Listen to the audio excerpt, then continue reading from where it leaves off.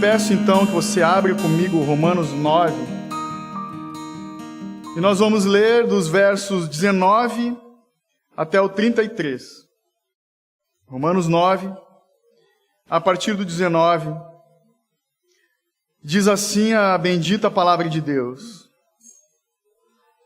Então me dirás, por que Deus ainda se queixa? Pois quem pode resistir à sua vontade? Mas quem és tu, ó homem, para argumentares com Deus?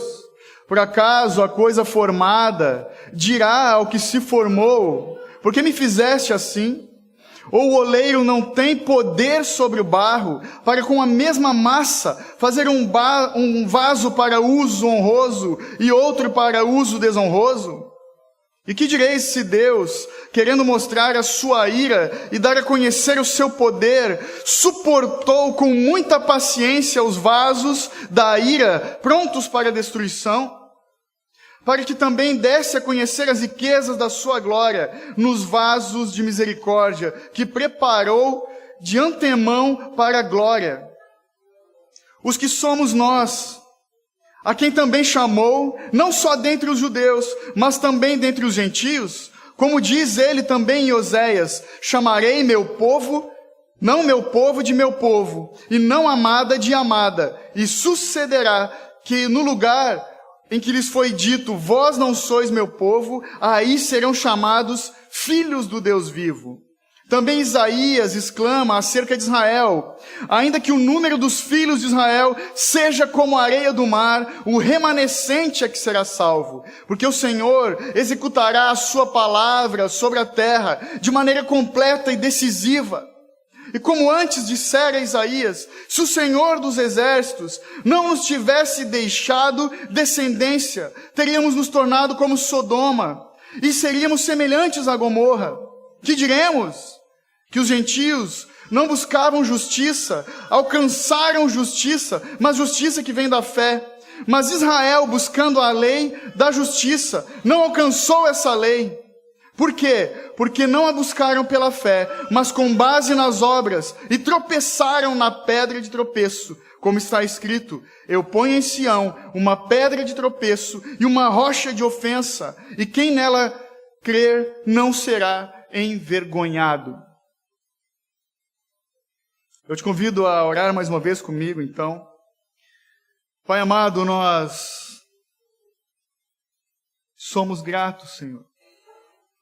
Somos gratos pelo dom da vida. Somos gratos pela Tua santa e bendita palavra, que é a verdade, viva e eficaz. Bendizemos o Teu nome pelo sangue do Cordeiro que foi derramado pelos nossos pecados. Bendito sejas Tu, ó Deus, porque Teu é o querer, Teu é o efetuar. É o Senhor quem opera tudo em todos. É o Senhor quem tira as escamas dos nossos olhos. É o Senhor quem dá vista aos cegos. Pai, eu te peço, tem misericórdia de nós, que essa palavra, Deus, venha a ser anunciada simplesmente como está escrito aqui, a Tua vontade revelada. E por isso eu te peço, me usa, Pai, que eu seja útil nas Tuas mãos e que os nossos corações estejam atentos, os nossos ouvidos também, para louvor da Tua glória, para simplesmente recebermos do que o Senhor tem para tratar conosco nessa noite, Pai, em nome de Jesus. Amém.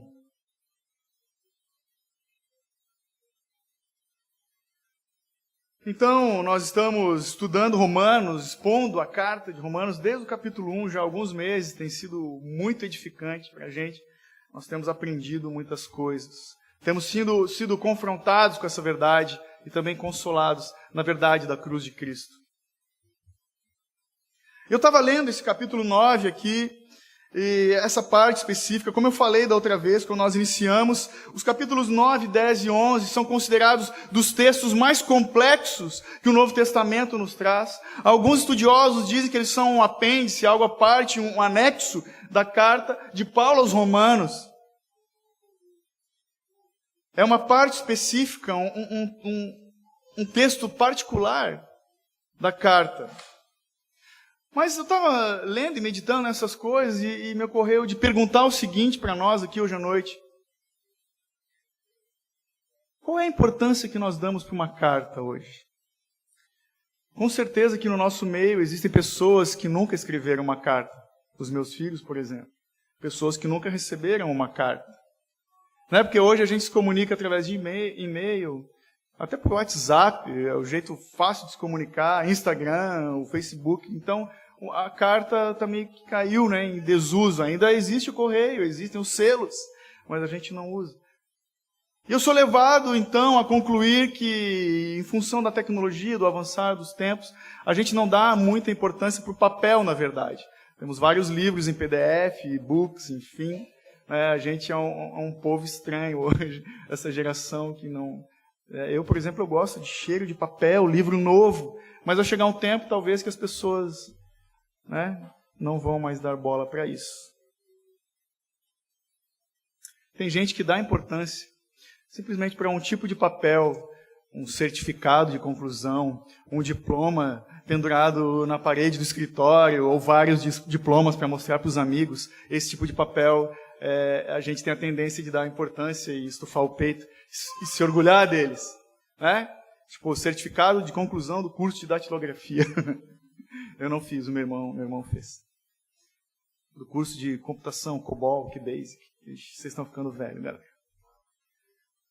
Mas então, Romanos é uma carta.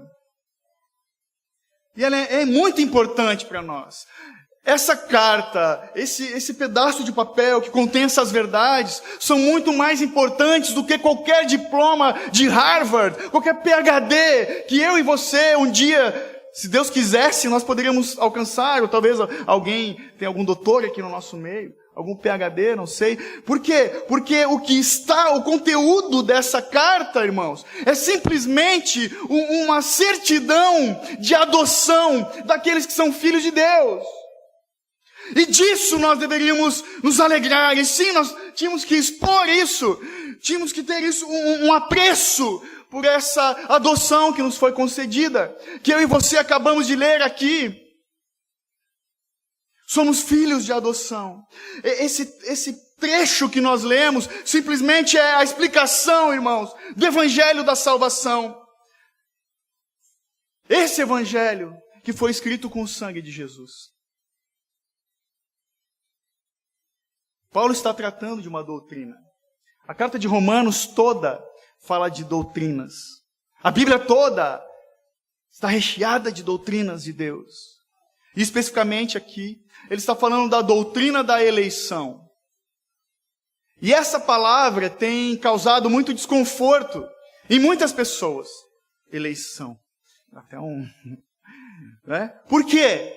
Porque a doutrina da eleição, ela derruba o orgulho do homem. Ela humilha o homem e exalta a Deus. Porque um filho adotado, o que ele faz para ser adotado? Nada. Mas vamos mudar a palavra para ficar mais suave, para adoção então, que é a mesma coisa. Cantamos agora há pouco. É disso que esse texto está falando. Mas para a gente situar no texto de Romanos, vamos fazer vamos salpicar alguns textos de toda a carta de Romanos para a gente entender o contexto. Então você vai ler comigo os versos 8, 13, 14, 16 e 18. Veja comigo, volte um pouquinho. O verso 8 de Romanos 9. E ele diz assim: isto é, não são os filhos naturais que são os filhos de Deus, mas os filhos da promessa é que são contados como descendência. O 13. Como está escrito, amei a Jacó, mas rejeitei a Esaú. 14. Que diremos? Há injustiça da parte de Deus? De modo nenhum. 16. Assim, isso não depende da vontade nem do esforço de alguém, mas de Deus mostrar misericórdia. E o 18. Portanto, ele tem misericórdia de quem quer e endurece a quem quer. Os presbíteros Leandro e Daniel já pregaram a respeito dessas coisas. Mas se você tem curiosidade e quer aprender um pouco mais dessas doutrinas da graça, toda quarta nós temos os grupos de estudo nas casas, estamos justamente falando dessas coisas, das doutrinas da graça de Deus. Então acontece que a adoção, ela é feita de acordo com a soberana vontade de Deus. Imagina, eu sei que não é um assunto fácil de nós entendermos. Durante muito tempo eu tinha confusão a respeito disso. Foi difícil admitir que eu não faço nada para ser filho de Deus. É como se fosse, quando a gente começa a estudar e se aprofundar na palavra de Deus, é como, imagina a situação, é como se alguém tivesse sido adotado quando bebê, e depois de adulto, o pai falou, filho, senta aqui, eu vou te contar um negócio, você é adotado. Acontece isso, né? Tem gente que vai segurando, vai ter uma idade que ele vai entender melhor. Esse cara, vamos supor que ele já tem 20 e poucos anos, ele tem duas opções. Quando vem essa notícia, você é adotado. Ele pode se sentir tremendamente amado, agraciado em dobro por esse pai que no meio de tantos escolheu a ele. Ou ele pode se revoltar. Pensa, na verdade é algo inimaginável. O cara recebe a notícia de que foi adotado, ele fala, pô pai, que injustiça! Ficou uma piazada lá no orfanato! Seria Deus injusto porque adotou alguns e outros não? Não. A resposta é não. E tem gente que fica indignada com essa mensagem. Vai saber por quê. Eu ficava. Era difícil de entender. Mas o Senhor, pela sua graça e misericórdia, descortinou isso e tem feito isso com muitos, nos chamado por Evangelho da salvação, essa doutrina da adoção de Deus. E é legal que Paulo começa no texto, ele começa com uma pergunta.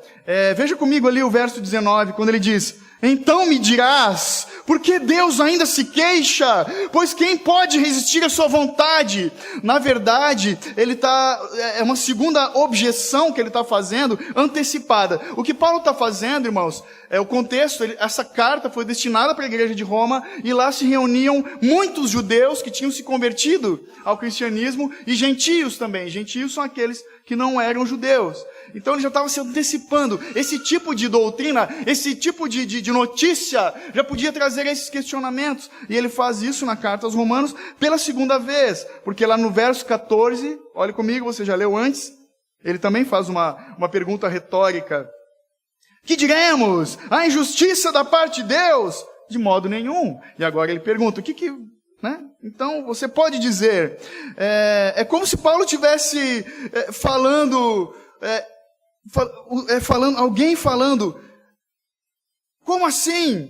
Como assim Deus? Alguém ficando indignado, como eu falei do exemplo, né? Como assim Deus, ele endurece o coração de alguns e tem misericórdia de outros? Como então alguém pode ser responsabilizado pelos seus atos? Deus se queixando da gente, mas é Ele que faz tudo. Sim, Deus se queixava do povo do Antigo Testamento. Era um povo idólatra, de dura cerviz, que fazia ídolos, que virava as costas para Deus, que via milagres, mas não reconhecia Ele como Senhor. Deus tem todo o direito de reclamar desse povo rebelde. Então essa é a pergunta. Como pode alguém ser responsabilizado? É como se alguém estivesse falando assim, como hoje, né, contextualizando. Ei, Paulo respondendo, vamos ler o 20 agora. Ele responde, na verdade, essa pergunta do 19 em duas partes. A primeira parte, ele faz uma defesa da soberana justiça de Deus. Ele responde com outra pergunta. Olha o 20. Mas quem és tu, ó homem, para argumentares com Deus? Por acaso a coisa formada dirá o que o formou? Porque me fizeste assim?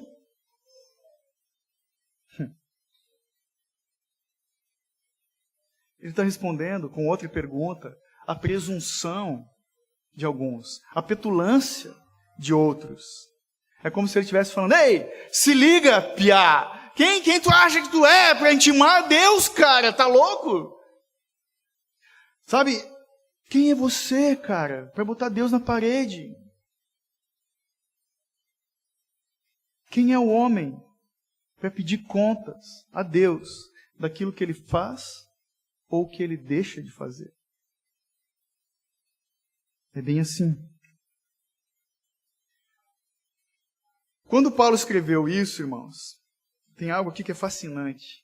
ele tinha em mente todo o Antigo Testamento, a Torá, porque ele vai citar, a gente vai ver no texto, ele cita os profetas, sabe? E me lembra de Colossenses 3,16, que diz que deve habitar em nós a palavra de Cristo. Paulo era cheio do Evangelho de Deus, sabe? Então, quando ele escreveu isso, olha o 21, quando ele continua. Ou o oleiro não tem poder sobre o barro, para com a mesma massa fazer um vaso para uso honroso e outro para uso desonroso? Algumas versões falam, né? Vasos para honra e outros para desonra. Quando ele escreveu isso, ele tinha Jeremias na cabeça. É como se ele estivesse falando, pode o objeto, ou seja, um vaso, uma coisa inanimada, reclamar de algo? Tem um objeto, autoridade para reclamar com seu fabricante? Não existe. Ele tinha Jeremias na cabeça, ele tinha Isaías. Vamos lá para Isaías 45. Deixa esse texto marcado. Mas veja, Isaías 45, só o verso 9.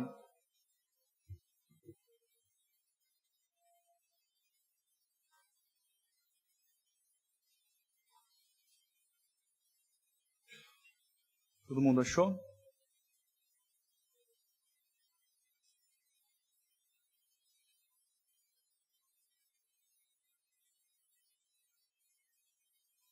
Isaías 45, 9. Diz assim: ai daquele que discute com o seu Criador, o caco entre outros cacos de barro. Por acaso o barro dirá ao que o formou, que fazes? Ou dirá a tua obra, não tens mãos? É disso que ele está falando. E quando ele fala, voltando ali para Romanos 9, então, como eu disse, ele tem Jeremias na cabeça. Jeremias 18, né, ele fala, você deve lembrar que Deus falou com o profeta, desce na cidade, vai até a casa do oleiro, vai lá ver o que ele está fazendo, e de repente o oleiro está fazendo um vaso de barro e quebra, o vaso fica meio torto, ele quebra e faz de novo. E no verso 6 de Jeremias 18, ele fala, não poderei eu fazer de vós como fez este oleiro, ó casa de Israel, diz o Senhor. Eis que como barro na mão do oleiro, assim sois vós na minha mão, ó casa de Israel. É disso que ele está falando. Traduzindo para nós, Paulo está falando o seguinte: se o oleiro tem poder sobre o barro, não foi o oleiro que criou o barro, o oleiro não fez a si mesmo, Deus criou o barro, Deus criou o oleiro. Será que Deus não tem autoridade maior sobre os homens e todas as coisas? Se o oleiro pode tirar da mesma massa um vaso de honra e um de desonra? É isso que ele está falando. Deus tem autoridade absoluta sobre os homens que ele criou, sobre todas as coisas. Ou ele não é soberano, ou ele não é o todo-poderoso. Paulo nos lembra disso.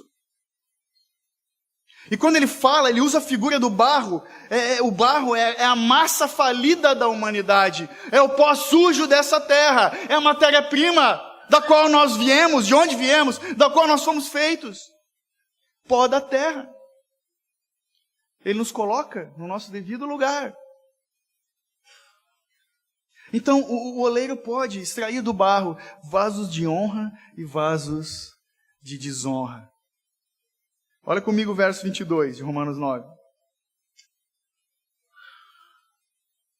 Nós vamos verso a verso. E que direis? Se Deus, querendo mostrar a sua ira e dar a conhecer o seu poder, suportou com muita paciência os vasos da ira prontos para destruição. E o 23. Para que também desse a conhecer as riquezas da sua glória nos vasos de misericórdia que preparou de antemão para sua glória. Então, se o oleiro pode fazer um vaso de honra e um de desonra, quanto mais Deus pode escolher vasos de ira ou vasos de misericórdia. Porque nos vasos de desonra, Deus derrama a sua ira para tornar conhecido o seu poder. E nos vasos de honra, Ele derrama da sua misericórdia para fazer conhecido a sua glória. É essa a função dos dois tipos de vaso. Ele derrama dos céus da sua ira sobre os vasos de desonra e da sua misericórdia sobre os vasos de honra, que saíram da mesma massa. E é detalhista. Se você observou o que ele fala aqui nos versos, ele mostra direitinho que nos vasos, os vasos de desonra são feitos para vergonha e destruição. Acabamos de ler. E os vasos de honra são como um barro purificado. Um vaso novo é apresentado como um vaso de cristal. Não é um vaso qualquer. Não é o vaso tipo do Cláudio. Quem é o Cláudio? O Cláudio era um cliente que eu atendia quando eu trabalhei de representante. Ele é lá do Rio de Janeiro. E aí ele me ligava para ver se tinha mercadoria. Fala, vaso! Eu achava aquilo meio estranho, respondia, ele é irmão em Cristo, né? Chamava todo mundo de vaso. Também não é o vaso do Carlinhos Félix. Os mais antigos vão lembrar da música Senhor do Universo. Quem lembra, levanta a mão, me ajuda. Só tu? Não, tem mais gente aí, pelo amor de Deus, vou cantar um pouquinho. O refrão era: faz de mim vaso novo, com coração novo, vaso de barro em tuas mãos. É linda a música. Tu és Senhor do Universo, és. Vou chamar o Jean para cantar aqui, que ele cantava, lembra? Faz tempo, hein, irmão? Não é desse vaso da música, não é do vaso do Cláudio. É um vaso de honra. Um vaso que foi tirado do barro. E pela misericórdia de Deus, pela sua graça superabundante, Ele faz desse vaso um vaso de cristal. Na semelhança do seu Filho. Irmãos, isso tem que nos alegrar. Isso tem que nos encher, essa verdade tem que nos encher de alegria, de temor diante de Deus. Não são palavras ao vento, não é invenção de homens, é a verdade de Deus. Fala da nossa filiação diante de Deus.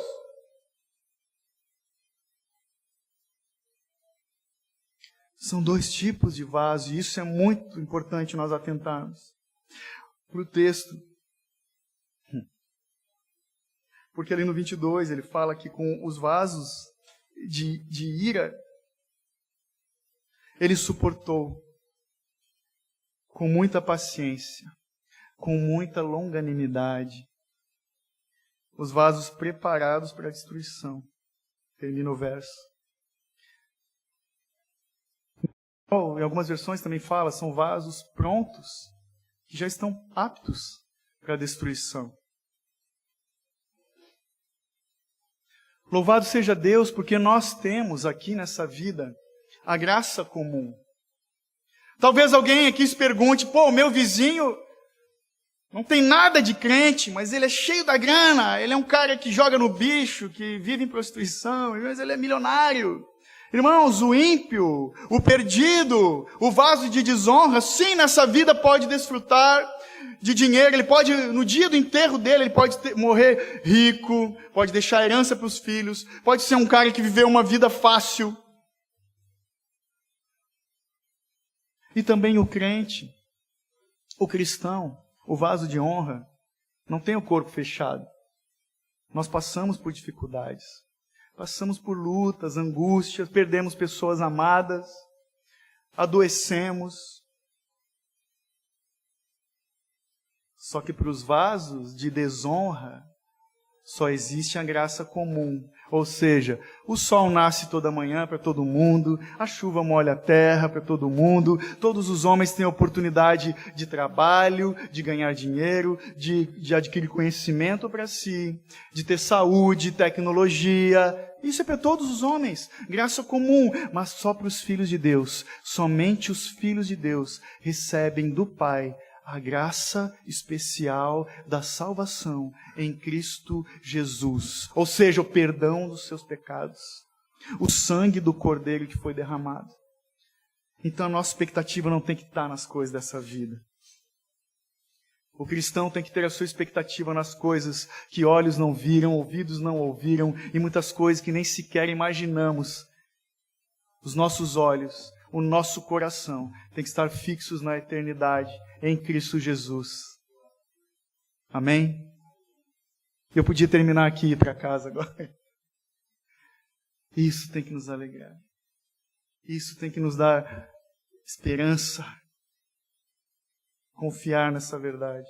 Mas o 23, então, ele continua lendo de novo, quando ele diz, para que também desse a conhecer as riquezas da sua glória nos vasos de misericórdia, que preparou de antemão para a sua glória. Vasos de misericórdia, que ele preparou, algumas versões falam dantes, né? Eu acho estranha essa palavra, mas o que é isso? Antecipadamente. De antemão. Para quê? Para as riquezas da sua glória. São aqueles filhos escolhidos de Deus que no dia do juízo, porque todos os homens vão ser julgados, no dia do juízo, esses filhos de Deus vão ouvir da boca do Pai: servo bom e fiel, entra no gozo do teu Senhor. Que palavras maravilhosas! A nossa expectativa, a nossa confiança tem que estar nesse dia. Não pelos nossos méritos, não pelas nossas obras, pela obra perfeita de Cristo. Ele vai dizer: entre no gozo do teu Senhor, amado. Então é isso, é o que nós estamos lendo aqui, é o plano da redenção. E o plano da redenção dos homens termina sempre com a glória de Deus sendo revelada. Essa é a função, tudo é para a glória de Deus. Se alguém te perguntar e você não souber responder, eu vou te ajudar. Qual é a função do homem? Glorificar a Deus. Somos feitos para a glória de Deus. Os filhos glorificam o Pai em tudo que fazem. A glória de Deus é revelada em todas as coisas. Como? Deus mostrando sua misericórdia, sua glória, sua graça e sua bondade naqueles que Ele salvou dentre a humanidade perdida. A glória dele é vista, é revelada, e também mostrando a sua justiça, a sua santidade, a sua ira e o seu poder naqueles que vão se perder eternamente para a glória de Deus. É o que a Bíblia diz. Não sou eu que estou inventando. Nos dois casos, é a glória de Deus se revelando. E é muito legal porque a glória de Deus no Antigo Testamento, em hebraico, significa kabod. E kabod era a visitação, a manifestação de Deus.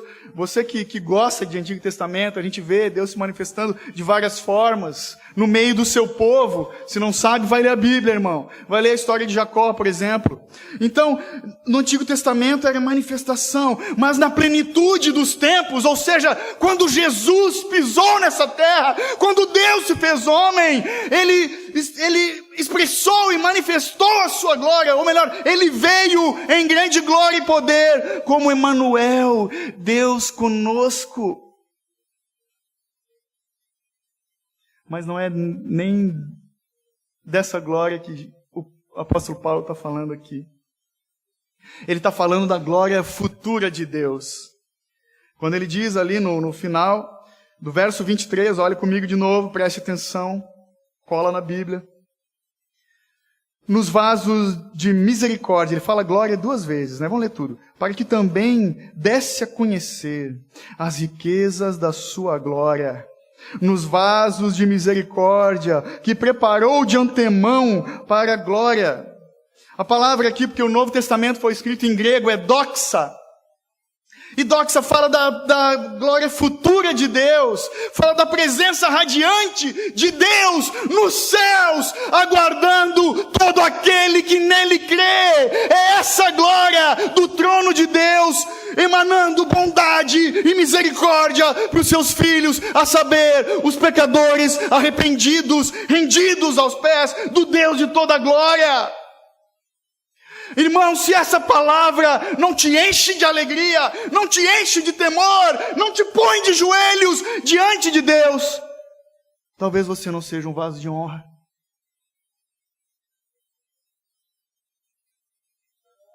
Alguns podem se perguntar, mas como eu sei que eu sou um filho de Deus? Se Ele derrama misericórdia, Ele é transbordante, é segundo a medida da sua graça que é superabundante. Um filho de Deus é conhecido por amar o próximo, por ser misericordioso. Vamos só parar por aí. Se não há misericórdia em nós, não somos vasos de honra e nem glorificamos ao Senhor. Bem-aventurados, misericordiosos, disse Jesus, porque eles alcançarão misericórdia. Isso me enche de temor, porque eu sou muito rápido em julgar os outros. Temos que vigiar, irmãos. Temos que clamar por Deus todos os dias. E a segunda parte da resposta, ele vai então, Paulo, explicando o chamado de ambos, gentios e o remanescente de Israel. Porque os judeus achavam que só eles eram salvos. Cara, pensa. O Antigo Testamento todo falando do Messias, do Salvador, Davi sabia, os profetas sabiam, quando ele veio, passou batido. Misericórdia. Mas no meio dos judeus, o Senhor tirou alguns, trouxe para perto. Quem são esses vasos de misericórdia, então?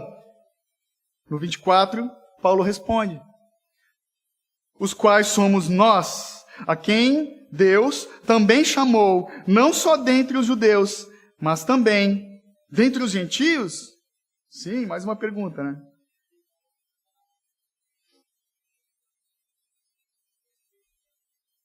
Somos nós, um povo escolhido, um povo chamado pelo nome, para ter intimidade com o Pai de amor que os adotou, que nos adotou.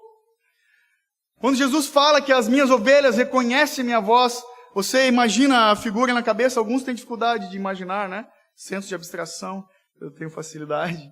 Então a ovelha está sempre perto do pastor. Quando o pai chama o filho pelo nome, é aqui, ó, no pé do ouvido. Não tem como responder.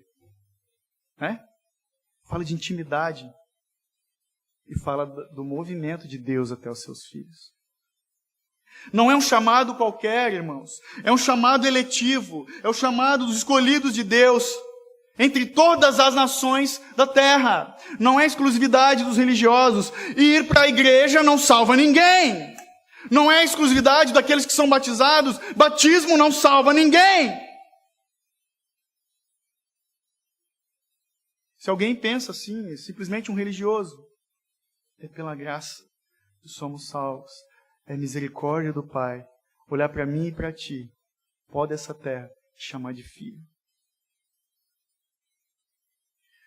Então ele busca os seus filhos em todas as nações da terra. Um povo de toda raça, língua e nação. E a partir do 25... o apóstolo, ele começa a citar os profetas de novo. Ele era fã de Oséias e de Isaías. Né? Eu gosto de Isaías também. Então ali, vamos ler do 25 até o 28. Como diz ele também em Oséias. Ele estava citando Oséias 2, 23. Chamarei não meu povo de meu povo, e a não amada de amada. 26. E sucederá que no lugar em que lhes foi dito, vós não sois meu povo, aí serão chamados filhos do Deus vivo. 27. Também Isaías exclama acerca de Israel, ainda que o número dos filhos de Israel seja como a areia do mar, o remanescente é que será salvo. Um povo chamado das trevas, para perto do Pai das luzes. Não um povo do mesmo sangue de Abraão. Era isso que os meninos já pregaram aqui. Se você não viu as mensagens, assista no YouTube. Digita lá, Igreja Reformada Vertical, que você vai encontrar. Curte e comenta também. Se for para xingar, pode xingar também. A gente ora por ti depois. Então os judeus achavam que só os descendentes de Abraão que eram salvos. E por isso Paulo faz questão de usar o termo aí no verso 26, filhos do Deus vivo. Esse termo, essa expressão era atribuída aos israelitas. Agora ele está falando que um povo escolhido por Deus de todas as nações. Lembram quem recebeu a carta? Judeus convertidos e também gentios. São filhos do Deus vivo. Não aqueles que descendem do sangue de Abraão, mas todo aquele que foi comprado pelo sangue do Cordeiro Santo de Deus. É disso que ele está falando. Oséias sabia disso. Isaías tinha certeza disso. Aos profetas Deus falou, mas em Jesus somente, ele cumpriu a sua promessa. E no 25 você leu que ele chamou meu povo, amada minha. Não vou entrar muito em detalhes, mas para quem não leu Oséias, leia. É linda a história do profeta que Deus mandou, vai, pega uma prostituta e vai casar com ela. E ela caía, se arrebentava e ele buscava ela de novo. É a figura de muitos, de filhos rebeldes. Então é isso, somos filhos do Deus vivo, pela graça, pela misericórdia de Deus. No 27 ele fala do remanescente de Israel. Em inglês é legal, a galera do rock and roll aí, é o termo do nome de uma banda, Offspring. O pessoal dos anos 90 vai lembrar.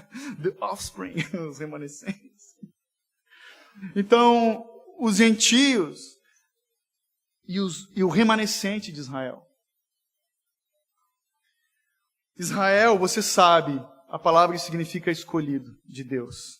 É o Israel dentro de Israel. O remanescente, como eu já falei, é como aqueles 7.000 lá na época de Elias, que não se curvavam diante de Baal, fiéis a Deus, que não se curvavam diante de um ídolo, não se rendiam às tentações e seduções desse mundo, não se vendiam por nada. Lá em 1 Reis você vê isso, 19. E aí no verso 28, então, citando Isaías 10, 23, ele fala, lê comigo 28, por favor. Porque o Senhor executará a sua palavra sobre a terra de maneira completa e decisiva. Ou seja, de uma vez por todas. Então, irmão, o que nós precisamos fazer para ser salvos? Nada. Se depende de mim e de ti a salvação. Quando Jesus falou, está consumado, não serviu para nada.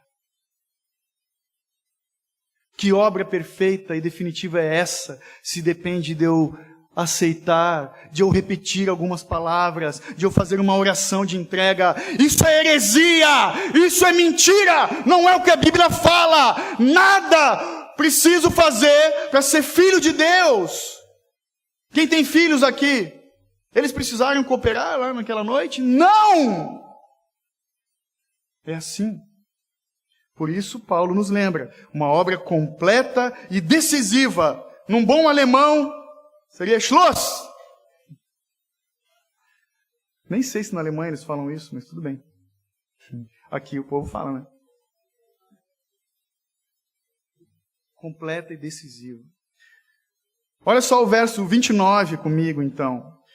Ele segue dizendo, e como antes dissera Isaías, se o Senhor dos exércitos não tivesse deixado descendência, teríamos nos tornado como Sodoma e seríamos semelhantes a Gomorra. Somos sobreviventes. Louvado seja Deus, porque Ele derrama misericórdia sobre as nossas vidas. Se não fosse a graça de Deus, desde sempre, irmãos, desde sempre, se não fosse a graça de Deus, não sobraria Noé e sua família depois do dilúvio. Se não fosse a graça de Deus, não sobraria Ló e as suas filhas. Ele nos lembra aqui. Se não fosse a graça de Deus, eu e você não estaríamos aqui hoje. Porque ele podia ter terminado lá. Sodoma e Gomorra é uma figura do dia do juízo de Deus. Porque o juízo de Deus vem e vem para todos, os dois tipos de vaso. A gente aprendeu isso em Romanos 2.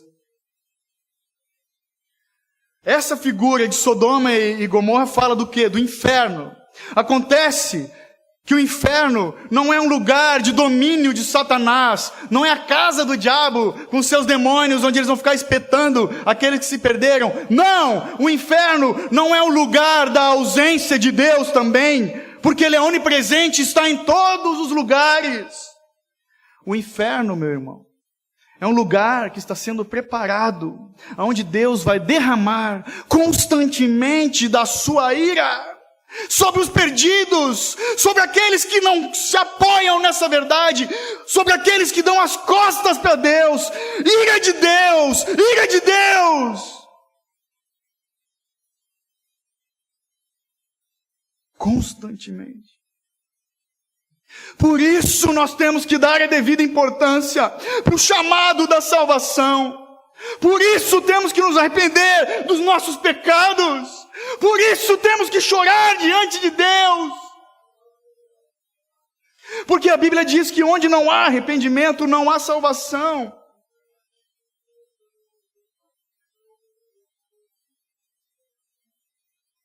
É terrível. Temos que pensar nessas coisas. Não, eu vou fingir que não existe. Existe. É assim. É palavra de Deus, irmãos.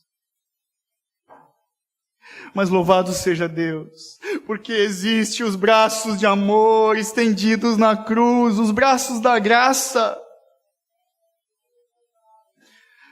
Nós temos que nos agarrar nessa graça de Deus.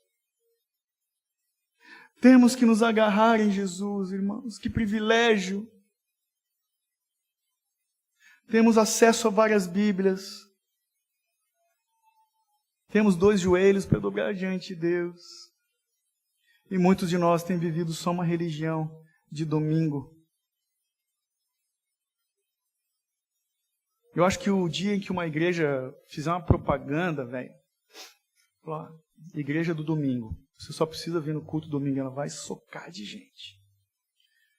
Um filho que tem identidade do pai, ele é filho em todo tempo, em todo lugar, todos os dias. Eu tenho 2 em casa. Eu acordo, eles são meus filhos. A gente vai dormir, eles são meus filhos, assim vai. Um caminha um pouquinho parecido com o pai, o outro é mais brabo que nem a mãe. Os filhos têm o DNA do pai.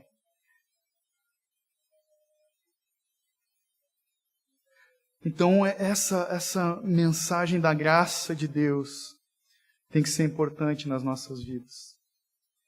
E aplicando isso que acabamos de ler aqui, eu pergunto para mim e para ti, o que nós temos feito com esse favor imerecido? O que nós fazemos com essa graça, esse presente, esse dom de Deus para as nossas vidas? Porque a soberania de Deus não anula a responsabilidade de todo homem. Não anula. Temos a nossa parte para fazer? Sim. Responder a esse chamado.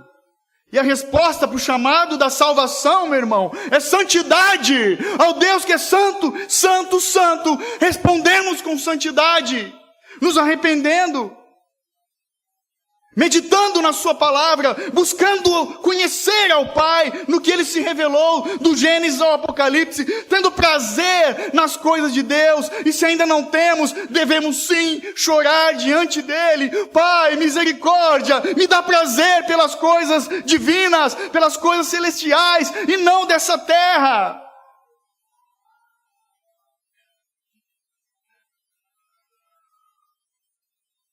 Porque nós estamos sendo preparados para aquele dia, como eu falei. Vamos voltar um pouquinho, Romanos 2, ali, 7 e 8, para quem não estava com a gente. Romanos 2.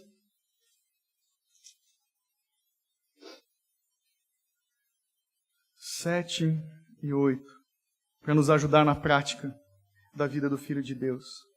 Diz assim: Assim ele dará a vida eterna aos que, perseverando em fazer o bem, procuram glória, honra e imortalidade. Mas dará ira e indignação aos egoístas, aos que obedecem ao pecado, em vez de obedecer à verdade. O Senhor vai julgar a todos. Todos os homens vão ser julgados naquele dia. Mas só recebem a vida aqueles que estão firmados em Cristo Jesus. E para concluir, nós vamos ler os versos de Romanos 9, o 30 até o 33.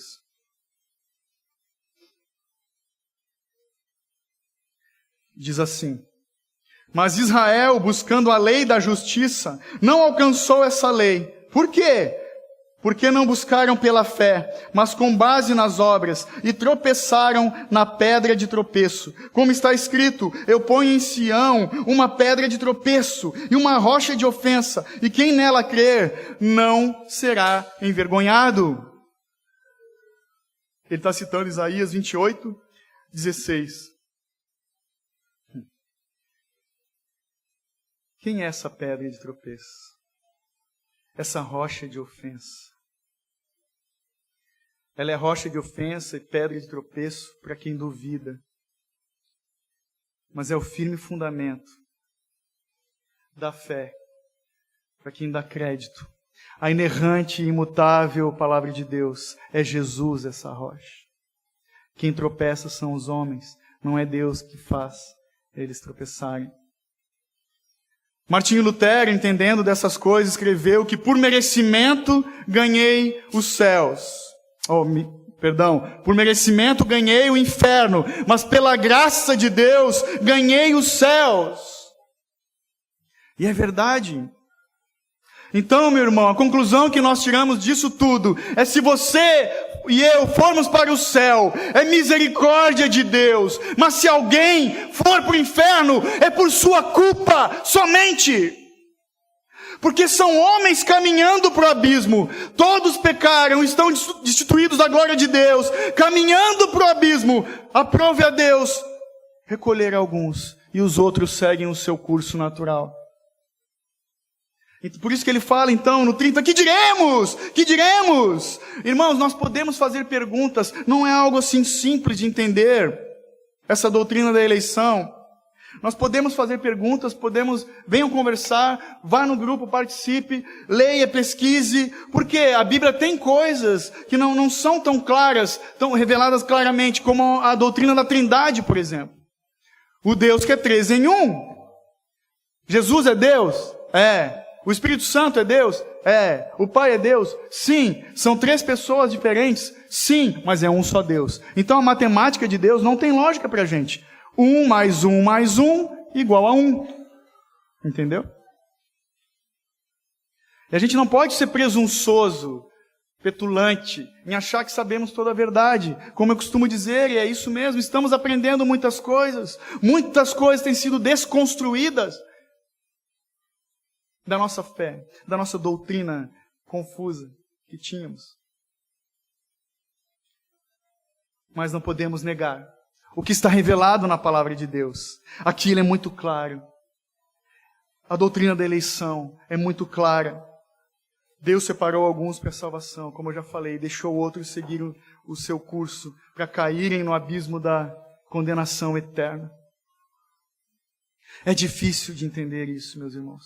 Por que Deus faz isso? Não sabemos e nem vamos questionar. Vamos nos alegrar se somos de fato filhos de Deus e ter misericórdia daqueles que parecem que ainda não são. É o que a Bíblia fala. O apóstolo Paulo, a gente pode ver, nem ele tentou explicar. Ele simplesmente afirmou a soberania de Deus e afirmou a culpa de Israel. Não importa então, meu irmão. Tem gente que fala, mas não é bem assim. Então rasga essa página, rasga esse capítulo, rasga Romanos todo da tua Bíblia. Não podemos ser arrogantes ao ponto de pensar que sabemos a verdade. A palavra de Deus é a verdade. Não importa o que nós pensamos, não importa o que dizemos, importa o que Deus diz. E para encerrar, eu convido você a voltar lá em Isaías 45, Isaías 45.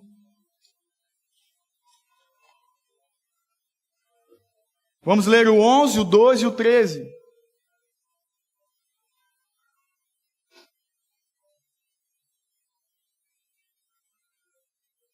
O profeta Isaías escreveu isso, da parte de Deus ele recebeu, 700 anos antes de Jesus. Verso 11, diz assim: Assim diz o Senhor, o Santo de Israel, aquele que o formou: vós me perguntais sobre as coisas futuras? Quereis saber sobre meus filhos e sobre a obra das minhas mãos? Eu é que fiz a terra, e nela criei o homem. As minhas mãos estenderam os céus, e a todo o seu exército dei ordens. Eu o despertei em justiça, e endireitarei todos os seus caminhos. Ele edificará a minha cidade, e libertará os meus cativos. Nada cobrará, nada receberá, diz o Senhor dos exércitos. Esse verso 13 é maravilhoso. Não importa o que eu penso, não importa o que eu digo, importa o que a palavra de Deus diz, a ação soberana de Deus sobre os seus filhos. Do começo ao fim, a salvação é obra de Deus. Acabamos de ler. Porque é o Pai quem desperta, é o Espírito Santo quem nos conduz no caminho da santidade, é o Filho que edifica a cidade de Deus para todo aquele que nele crê, aquele que estava cativo e foi liberto pelo Cristo, pelo Messias, pelo Libertador, pelo nosso Salvador. Nada cobra por isso e nada recebe, pelo contrário, foi rejeitado por muitos, acusado, pregado numa cruz. E assim diz o Senhor dos Exércitos. Aleluia. A nossa resposta então, irmãos, tem que ser que eu e você precisamos crer nessa palavra, precisamos descansar nessa verdade, precisamos nos alegrar com a adoção de filhos de Deus e viver uma vida prática de fé, com confiança, aguardando no Senhor uma vida de santidade para a glória de Deus eternamente. Amém.